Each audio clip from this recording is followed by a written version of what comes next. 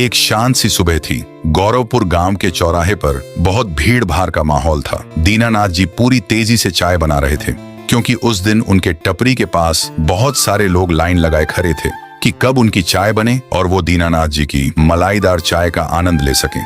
गांव के सरपंच जी भी वहीं पर थे। उन्होंने दीनानाथ से बोला, और बताओ दीनानाथ, सुना है तुम्हारा नालायक बेटा लंदन पढ़ने के लिए जा रहा है, लेकिन तुम तो गरीब आदमी हो, कहाँ से लाओगे इतने सारे पैसे दीनानाथ जी? दीनानाथ ने मजाक मजाक में बोला, सरपंच जी, अब गांव के मालदार इंसान तो आप ही हो ना, तो पैसे तो आपसे ही लिया जाएगा।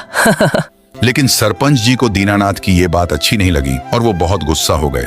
देखो दीनानाथ, ये उम्मीद तो बिल्कुल मत रखना कि मैं तुम्हें पैसे दे दूं, क्योंकि तुम पैसे तो लौटा नहीं पाओगे और अंत में मुझे अपने पैसे लेने के लिए तुम्हारा जमीन हड़पना पड़ेगा। तो इतना रिस्क कौन ही लेने जाएगा?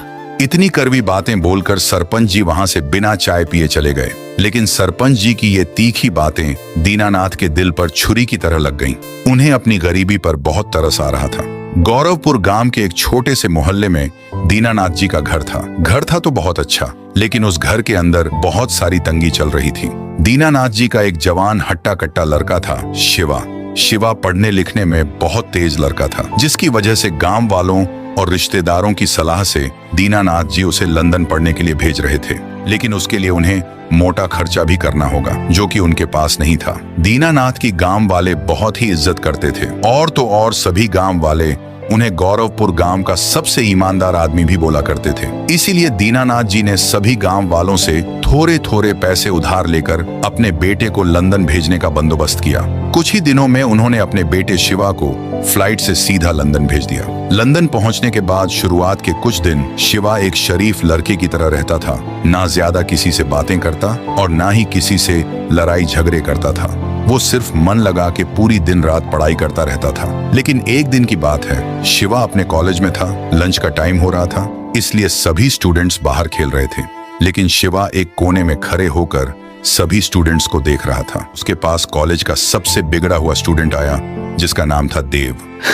क्या हाल है शिवा? बहुत दिनों से देख रहा हूँ, कॉलेज में बहुत उदास से रहते हो। चलो मेरे साथ, मैं तुम्हें पार्टी दूंगा। शिवा ने डरते हुए देव से उसका नाम पूछा। धीरे धीरे वो दोनों बहुत सारी बातें की और उसी दिन लंच टाइम के समय देव ने शिवा को कॉलेज के बाहर वाले टपरी पे ले गया, जहाँ पर सिर्फ बिगड़े हुए लड़के आते थे। देव ने दुकानदार से बोला, काका 2 लंबी लॉलीपॉप दो तो। शिवा को लगा कि देव दुकानदार से लॉलीपॉप मांग रहा है, लेकिन देव ने दुकानदार से सिगरेट मांगा था। रुको, अगर इस कहानी का पूरा वीडियो देखना है तो सब्सक्राइब करके कमेंट में लिखो फुल वीडियो।